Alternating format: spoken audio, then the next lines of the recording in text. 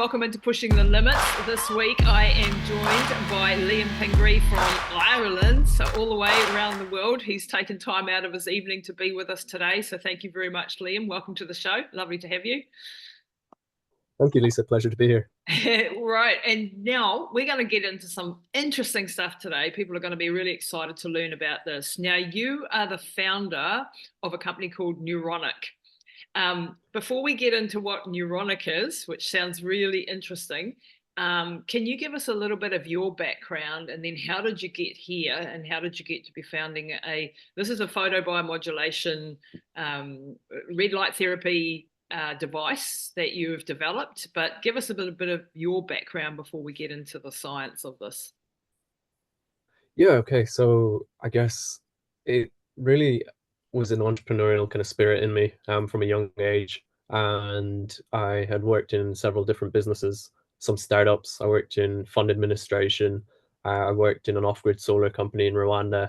I worked in a debt capital market startup. And mainly I was studying international business, did a global experience, and after college moved to New York to price derivatives, so the risk on derivatives. And that was the career I was going to go down, finance then.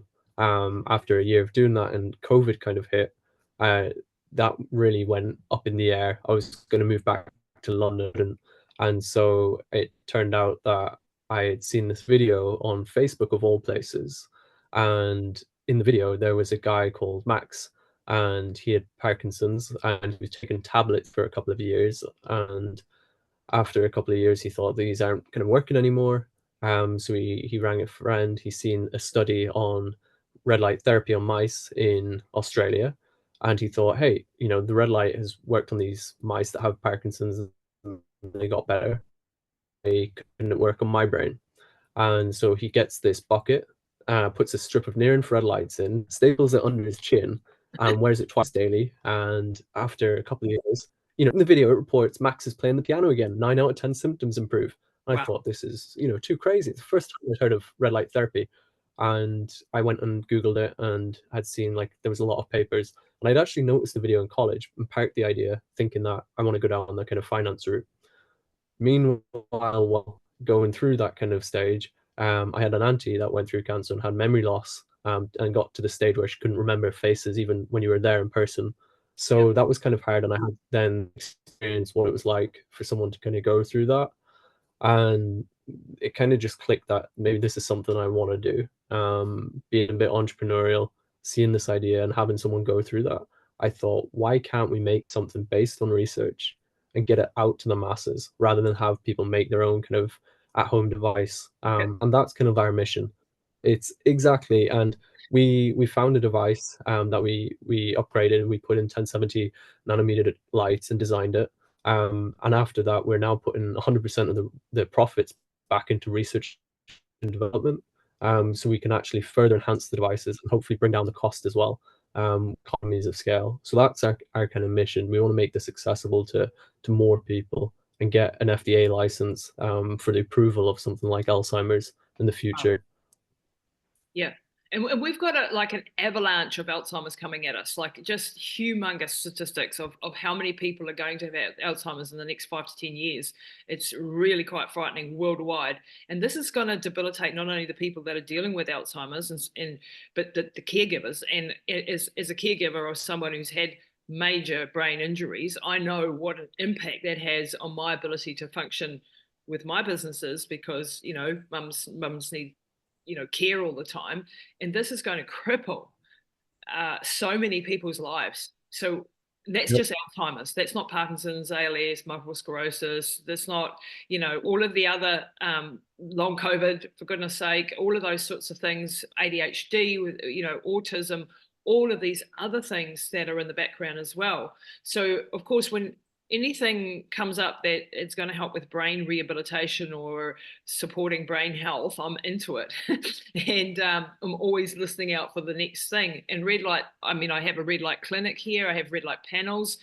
I've used Dr. Lou Lim's Vielight device before, which is in the 810 nanometer range, I believe.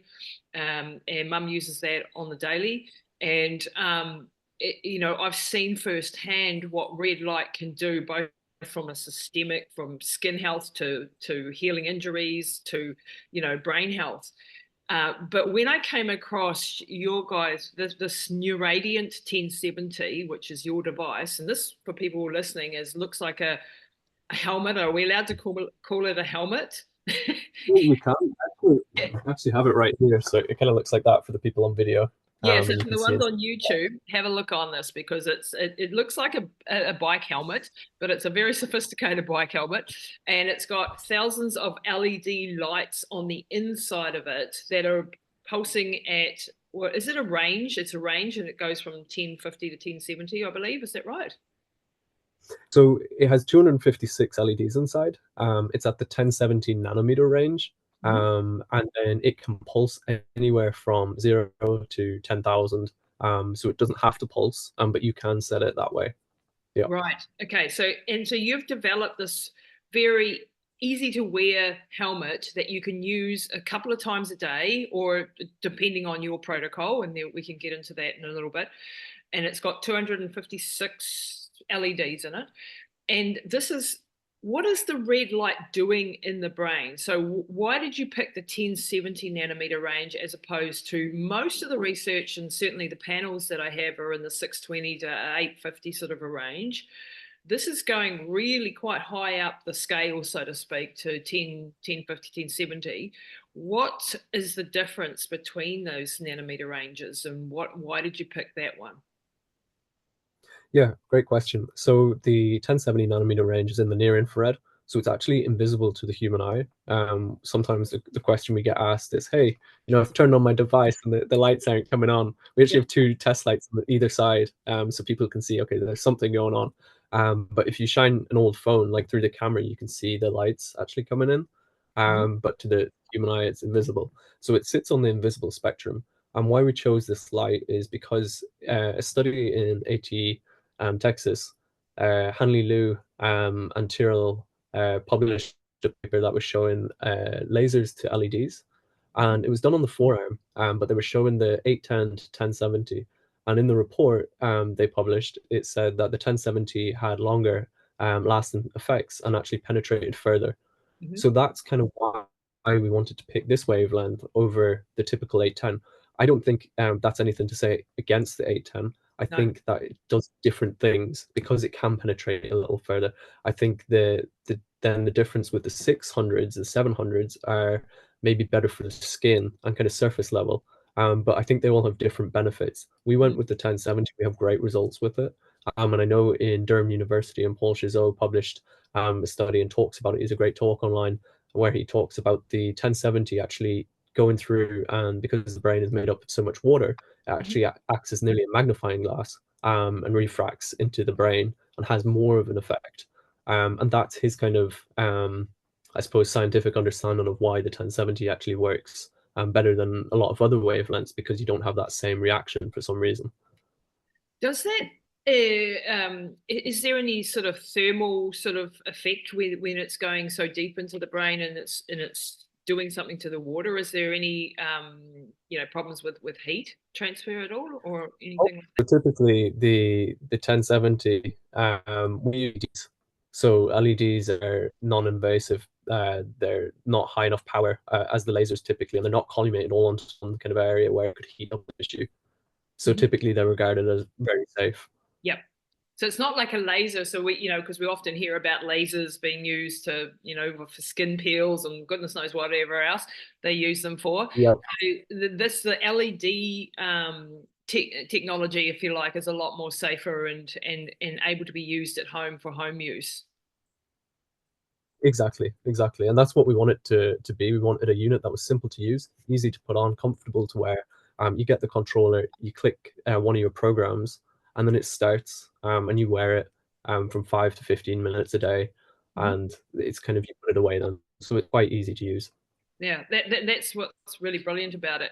And with this helmet, it's got different sections, isn't it? So I've heard an interview that you did with Alex Fergus, also fellow Kiwi, who's an expert on red lights, obviously. And we were talking about the different segments that the helmet has, so that if you do a QEEG on the brain, then you'll be able to see where you've got deficits in the brain. Can you explain a little bit how that technology works in with what you're doing? Yeah, so the I suppose the base approach that we have with the EEG is, if you were to get the EEG scan and there was underactivity in one side of the brain, for example, was supposed to be at the higher range, pulsing at 40, when you're in a state of focus and attention, then on your brain scan it shows maybe you're at 32. And what you're going to do is then you're going to turn on that kind of section, and you're going to pulse it, and you're going to pulse it higher, to try increase it. Because what happens with the brain is it picks up on the external stimuli. That's why you have binaural beats, and that's why it's like 40 hertz binaural beats, and you get that focus for study, right? Well, your brain is reacting to the external stimuli and mimicking that. So the Right. same effect that can be done with noise, the theory is the same effect can happen with the light. More and more studies have to be done on this, but we have been getting good results. So that's why we target it based on a QEEG and get more specific. I think it's very important to highlight that you can separate this, and you have the biological effects, photobiomodulation, and then you have this kind of more brain entrainment that a Yeah. lot of neurofeedback professionals would be more familiar with. Yes. And you're doing basically a broken down level of neurofeedback, because you're looking at the scan and then you're pulsing the light on the section you think is relevant with the light as kind of external stimuli. Then you have like complete just photonic dose. So if you put the helmet on, you didn't pulse it at all, you're just going to use that setting, and the light's going in, you're getting the photons. That's just photobiomodulation at the kind of basic level, and has great effect. And then this is kind of the brain entrainment part that enhances that. Yeah, that makes perfect sense. Just for those listening, when EEG, it's like neurofeedback, so they can measure the brain waves, and you've got your alpha, help me out here, theta, beta, delta brain waves, Yeah, and they all have different frequencies that you are pulsing at.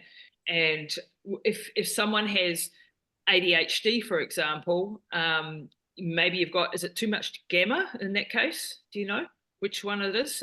yeah. So the brain, I don't know which one it is, but your brain would be essentially overfiring. It'd be Yeah, firing too fast, and you want to calm it down, and you want to understimulate it, so you lower the pulse rate in that kind of specific wave group. yeah. So with your device, you can set it to 10 hertz or 40 hertz, and this will give us, so like Exactly. if I was at nighttime and I'm wanting to relax and do my session, I'd probably put it on the 10. I know that's what I've been doing with the Violight. We put it on the alpha, and that's more of a relaxation. Before I go into a podcast or something and I want full focus and full concentration, I might put it on and do a session on gamma.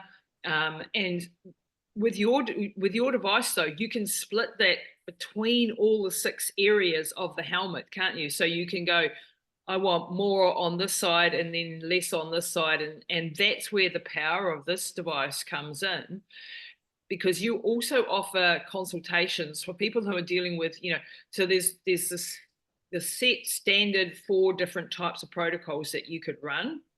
But then there are also the possibility to buy a consult package with you guys, with some of your experts in this area, who can look at your QEEG and then give you the right protocol for your particular brain. So it's getting really personalized.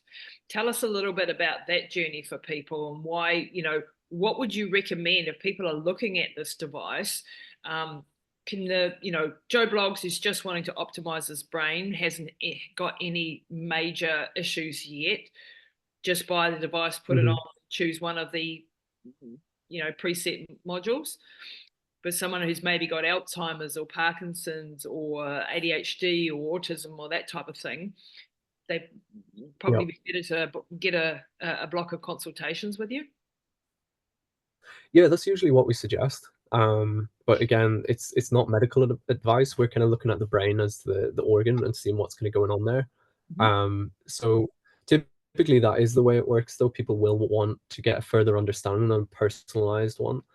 So if someone comes on the website and they purchase the device, they get it, and like you said, Joe Bloggs can set it up. But with every device sold, we actually give a free consultation anyway, just one session where Mhm. people can ask questions, get set up, see what's best for them.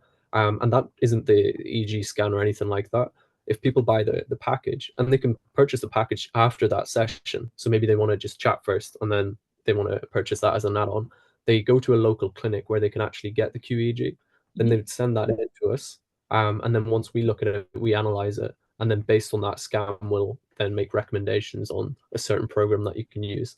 And yeah, then we'd go into the program, we'd set it up with you. You have like a little tablet controller, and we'd tell you, okay, turn on the front section for 10 hertz, turn on the back for 12 hertz, and keep the sides off. Run that for 1 minute, take a break for 1 minute, and then the next part you're going to run for 3 minutes. So you can make it very customizable because of that. And I think it's a really good part with our device to be so customizable, because for research opportunities as well, it allows researchers to test all the different pulsing. It allows people to test with different dosages.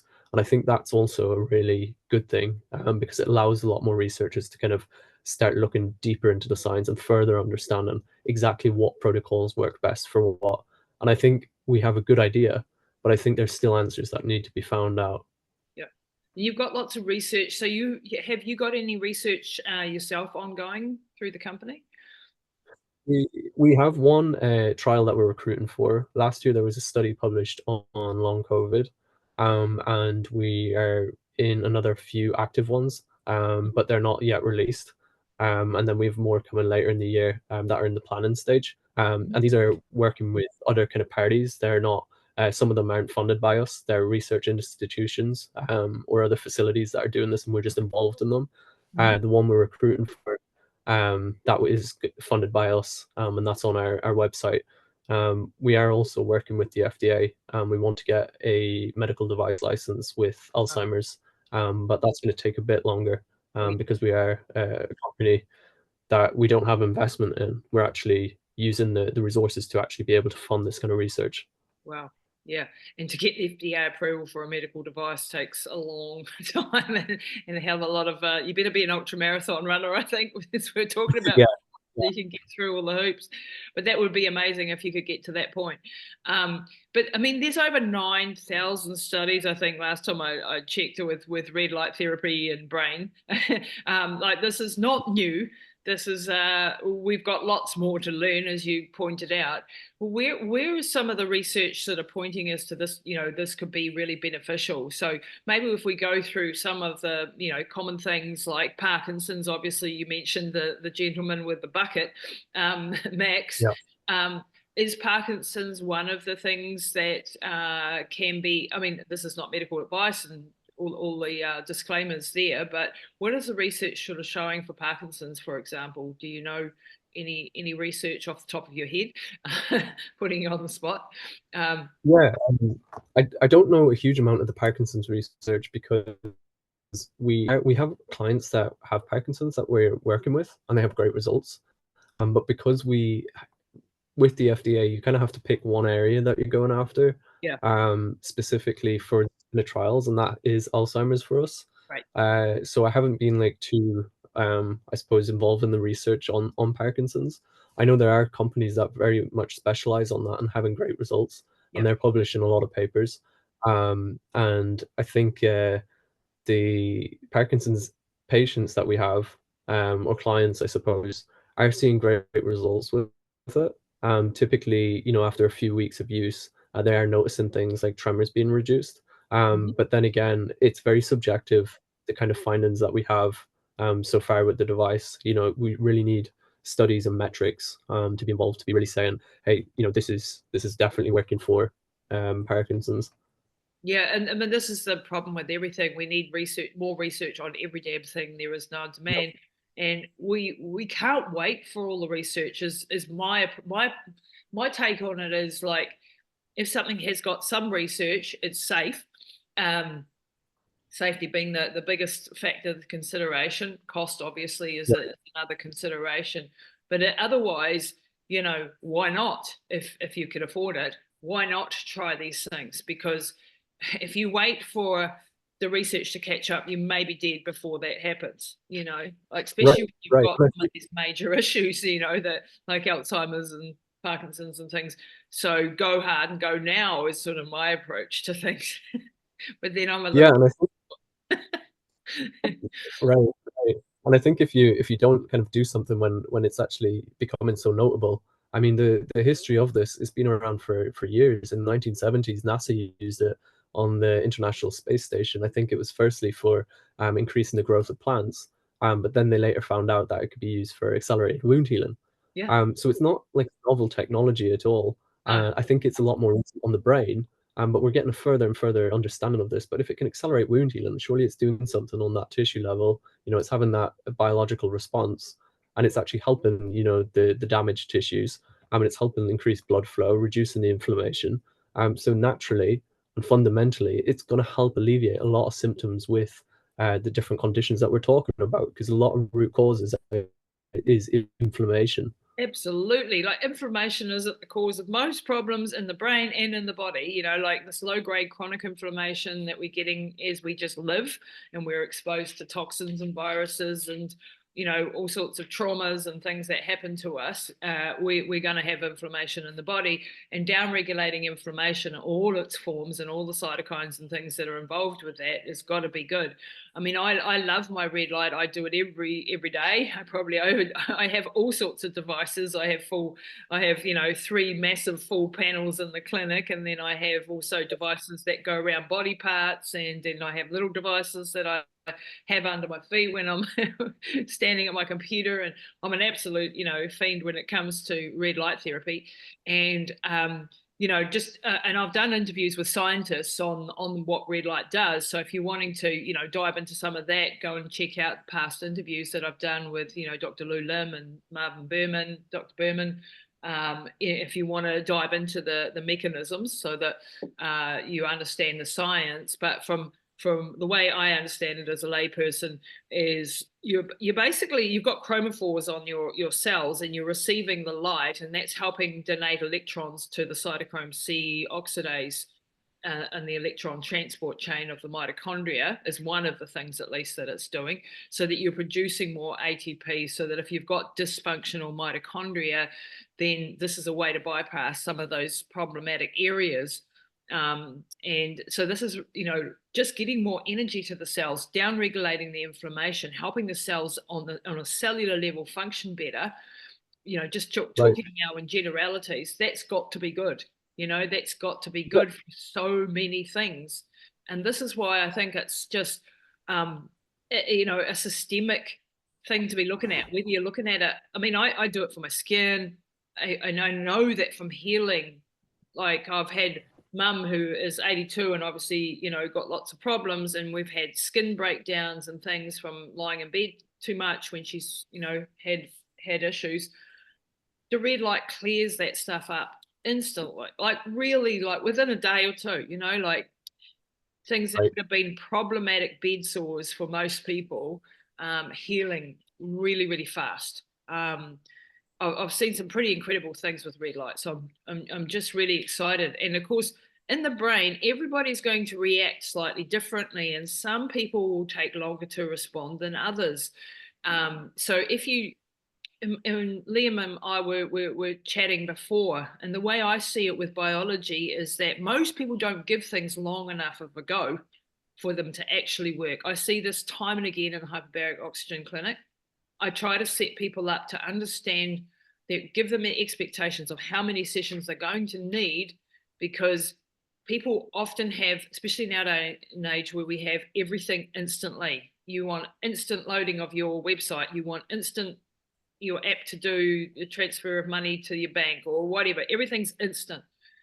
Biology is not instant, and it does take time for things often to kick in and to work and to do its thing. Even when you're taking supplements, people will think, I'll take a supplement and in a month's time I should see everything. Sometimes it takes 3 months, 6 months, Yeah.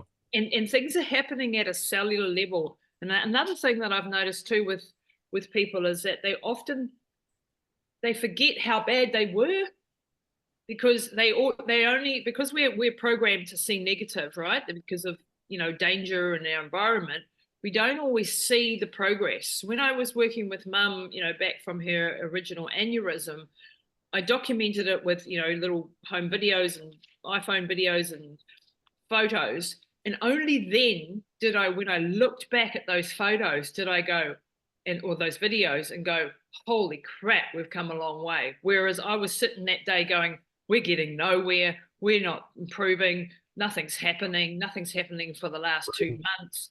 And when I would look back, that's what give me the courage to then go, actually, she wasn't able to even find her mouth with a spoon before, and now she's driving the car. I mean, like, we've come a long way, right? But only when you look back or you remember. And so I'm quite keen on things like questionnaires that really elucidate the problems that people have at the start of it, when I'm consulting with them, and then maybe doing it a month or 6 weeks in, or 2 months, depending on the treatment or whatever, and then seeing if there's a change, because we've forgotten how bad the pain was, or how bad the wound was, or whatever the case may be, and we've just moved on, and we're moaning about the 5% that's not fixed, because that's the way humans are programmed, and then people give up just before often there's a breakthrough. So my word of encouragement, if you're going to try something like the Neuronic, give it a good go. Don't just do it for a week and go, this isn't working, I don't feel anything. You won't. It's happening on a biological level. I don't feel what my hormones are doing right now.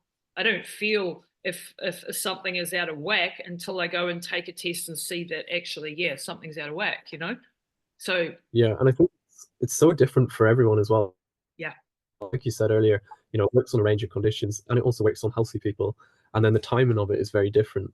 So some people might not think they have results. And if they have Alzheimer's, they're thinking, hey, this person hasn't got better. But what are results, and what is better? If you have a rate of decline that's going down, you're going down.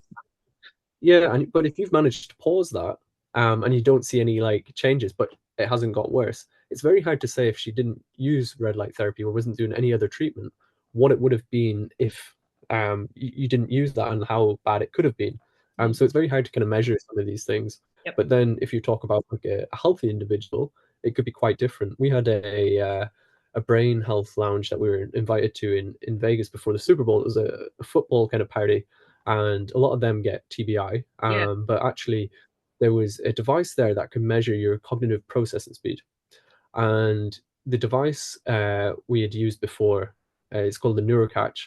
And we had a football player that used the Neurocatch, got a baseline, and he had a cognitive processing speed of 500. And then he used our device for 10 minutes, went back, did a second assessment, and it had gone down to 430. So that's a 0.7 increase in cognitive processing speed after just one session. Wow. And now for football players, that's huge. And that just goes to show that, hey, you might not feel like you're double sharp, or you could get things.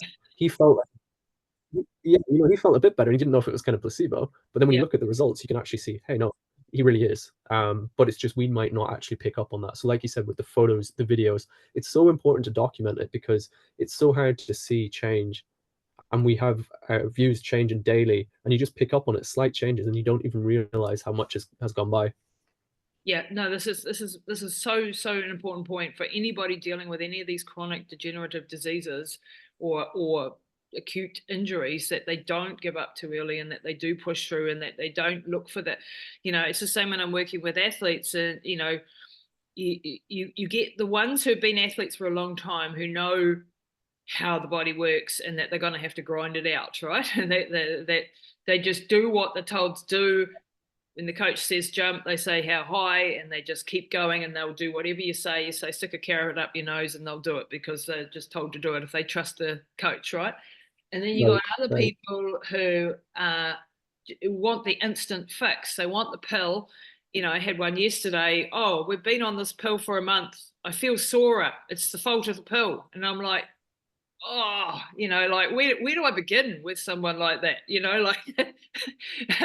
They're difficult, because it probably wasn't. Maybe they got a cold. Maybe they had the flu. Maybe they injured themselves. If they're looking for something to blame, and so those types of people were going to be finding blame no matter what you do. So it's just understanding. And I know that I'm going to have success with the ones who are committed. That's why I love working with athletes, because athletes will push through the hard yards. They'll be in the hurt locker. They'll do the hard parts. Where Right. you've got other people who, dying of cancer and they won't swallow a few supplements. And I'm like, really? You know what it's like to Right. die of cancer? Like how hard it is it to take some pills every day, even if it is quite complicated and you have to take quite a few, like Yeah. for me, it's just unimaginable that you wouldn't, you know, maybe I'm wired differently, and that's why I select who I work with. But if people push through, they can get extraordinary results sometimes, and there's no guarantee with Yeah. any of this. You can buy the new Radiant, and it doesn't do what you want it to do for your particular brain. Nobody knows. Nobody's going to know. You have to try it out. But I'm very excited to get one for Mum. I'm saving up hard at the moment to do that, and really then keen to get it into the clinic and start using it, getting people awareness of it so that they can try it, because there's not a lot of other options out there, like as far as pharmaceuticals for Alzheimer's has been a complete disaster. Billions and billions spent chasing the wrong tree, I think, like just chasing the wrong rabbit down the wrong hole. And there's lots of other things that we can do. And if we look, I had Dr. Dale Bredesen on the show, who's, the 36 holes in the roof sort of analogy that he uses. Yep. And, 32 of them are covered off with red light therapy, photobiomodulation Right. in the brain. Like, this is a good place to start if you've got Alzheimer's or neurodegeneration, I think, because you're covering so many of those 36 holes in the roof that he talks about, Yeah. meaning that there's all these things that could be happening. It's not just one thing, and one pill is never going to fix it. One medication is never going to fix it, because you've got all of these aspects, hormonal, environmental toxins, viruses, whatever the thing is that makes up your problem, and you have to plug all of the holes and work out which of the holes you've got. But photobiomodulation, red light therapy in the brain covers 32 of those 36 holes, so that's a really damn good place to start, I think. It definitely is, and I think it's worth saying as well that, there's no one quick fix. I think, red light therapy is definitely something that helps on that fundamental level. But if you're binging on highly processed foods and you're spiking your glucose levels daily, and you're not getting exercise, and you've other lifestyle factors, Hormones. these kind of alternative therapies are only going to do so much. You really kind of need to take the holistic approach where you're doing everything in moderation, I would say. You don't need to be at that extreme where you're, really, taking everything to the next level where you feel like you're not living, you're just on a routine. I don't think it needs to be that extreme. Obviously you can, and it's probably the healthiest. But if everything in moderation and you're incorporating these other therapies into it, then I think you have a good chance at kind of, dealing with anything that life throws at you, because you're going to have some resistance built. Yeah, and this is the other thing. That's a good point, Liam, that you brought up, is the resilience of the brain. Like you're paying into your bank account basically when you protect your brain, so for future possible traumas that it may be exposed to. And all of us have trauma. I mean, I love the work of Dr. Mark Gordon, who I'm deep in his research at the moment, and he is a specialist in traumatic brain injuries and non-traumatic brain injuries and hormone optimization. And Right. like it's setting a reserve capacity aside. It's like you save money for your bank account for a rainy day, right? And it's the same with your brain. So you put in good supplements, good nutrition, good exercise, optimized hormones. I'm a big fan of things like peptides, red light therapy, hyperbaric, your choice of therapy, but you are adding to your bank account so that if you have a brain injury, or if you get a brain cancer, or if you get some, horrible thing happen with your brain, or if you have a genetic predisposition, then you've got money in the bank to pay for it. You're not Right. on the bones of your ass sort of thing, and you've already spent. And I know this from like having Mum. Her reserve capacity is now much, much less. So a little cold will send her brain offline because of all the injuries that she's had, despite everything that I've done to repair the brain, her reserve capacity is less than the average person, especially now at 82, Yeah. and after all the brain surgeries and so on that she's had. So if she gets a slight illness, her brain will go offline completely. Like if she gets a UTI, for example, she'll be fully, like a full-blown dementia within a day. And it's frightening as hell. And why is that? It's because she has no reserve capacity, because she's had so many injury after injury to the brain. And I've done a hell of a lot to repair it, but I can only do what I can do. And so she goes off, but I've managed to get her back every time. Like the amount of times that I've lost my mum, where she's been unable to talk, unable to respond, unable to know my name or who I am or what I am, 100 times over the last 9 years. And every time I've got her back, and she's sitting there reading the newspaper now, and, Yeah. can read and write and, do all of the normal sort of things and talk and back again. So I've seen the brain and its capacity to regenerate. And I've also know that reserve capacity is something you want to be putting into your bank account. You want to be proactive with your brain. So for anybody who's having traumatic brain injuries on the repetitive, like sports people, like rugby players, like NFL players, like, anybody who's doing martial arts or boxing or anything like that, they really need to be paying into their bank account now. They need to be doing hyperbaric. They need to maybe be on a keto-based diet where they've got more ketones in their brain, and, doing red light therapy and doing these things that can protect their brain.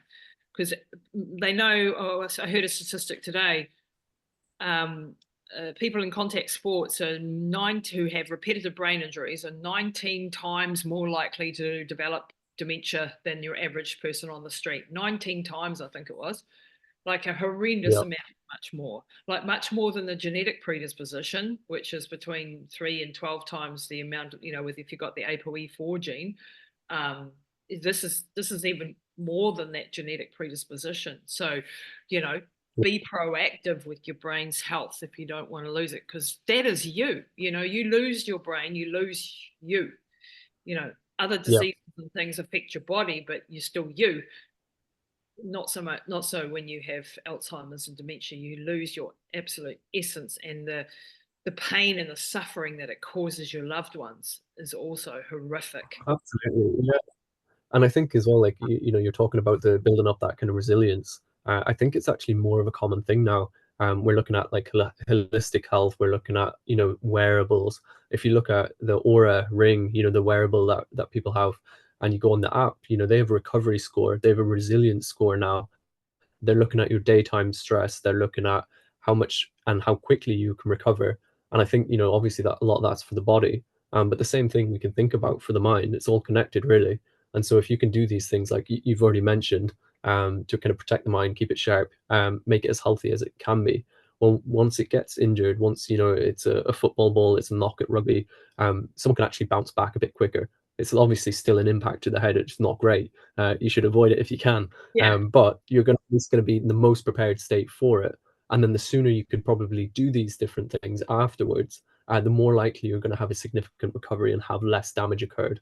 Obviously, you're not going to tell people don't play the sport No. or compete, because that's what you do. And some people will never give that up, and that's completely fine. It's their choice.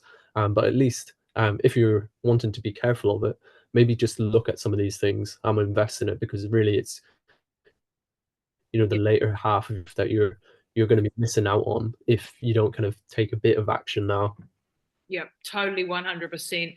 I'd love to see sports teams take on this sort of technology and hyperbaric. I'd love them to, get hyperbaric into rugby teams, for example, or and I'd love them to maybe even putting on the right supplements before the guys go on the field or the girls go on the field, so that they have that reserve there to, things like plasmalogens, which I've done a podcast on with Dr. Dayan Goodnow, which are a phospholipid that really protects the brain.